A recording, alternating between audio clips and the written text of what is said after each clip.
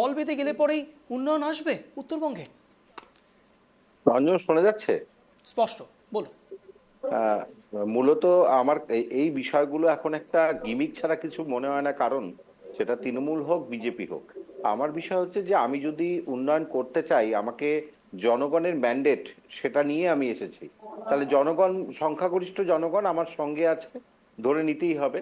তারপরেও আমাকে যদি বিমানে ট্রেনে গিয়ে যেতে হয় এবং এইমস এর জন্য দরবার করতে হয়, যে এইমস এর, এটা কিন্তু তোমাকে মানতেই হবে, প্রিয়রঞ্জন দাশমুন্সী আহ, যে স্বপ্নটা দেখেছিলেন, সে যে দলেরই হোক না কেন, সেই স্বপ্ন কিন্তু যে চেষ্টা করেছিলেন, অনেক যুদ্ধ করেছিলেন।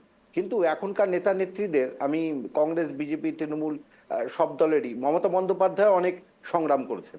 এই সংগ্রামের ছিটে ফোঁটা এখন বর্তমান তৃণমূলের নতুন নেতৃত্ব, কংগ্রেসের নতুন নেতৃত্ব, বিজেপির নতুন নেতৃত্বের মধ্যে পাওয়া যায় না। একটা জিনিস পেয়েছে, সেটা হচ্ছে রাম। আরেক দিকে হচ্ছে এই রাম, কে কত বড় রাম ভক্ত, কে কত বড় হিন্দু, কে কত বড় কি, এটাই হচ্ছে মূল আলোচনা বিষয়। এবং এরা যেটা বলছে যে কেন্দ্রীয় বিশ্ববিদ্যালয় তৈরি করবে, দেখো কেন্দ্রীয় বিশ্ববিদ্যালয় কেন্দ্রীয় হলে হয় বিদ্যালয়ের না। কথা বলছেন ওনারা? হ্যাঁ, না, কেন্দ্রীয় বিশ্ববিদ্যালয় একটা হওয়ার কথা রয়েছে, এটাও আচ্ছা। একটা প্রসঙ্গে আছে। তো এবার কেন্দ্রীয় বিশ্ববিদ্যালয় হতে গেলে তার পরিকাঠামো, তার ইউজিসির অনেক কিছুর প্রয়োজন আছে, স্বীকৃতি।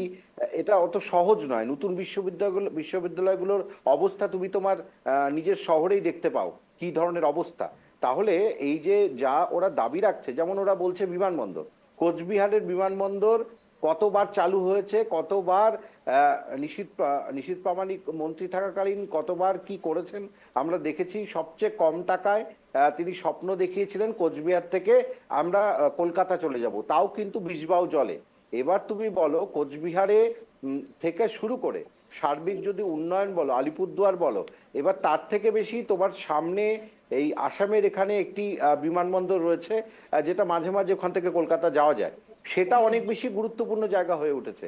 কিন্তু আমরা কিন্তু পশ্চিমবঙ্গের যা পরিস্থিতি দেখতে পাচ্ছি, দেখো এরা, আমার আরেকটা জিনিস বোঝায়, সমাজ মাধ্যম এবং গণমাধ্যমে যতটা সক্রিয়, যতটা চমকদারি বক্তব্য রাখেন, এই শঙ্কর ঘোষকে তো বামপন্থী হিসেবেই একসময় ছিলেন, তিনি তার থেকে অনেক আশা করেছিল তার দল।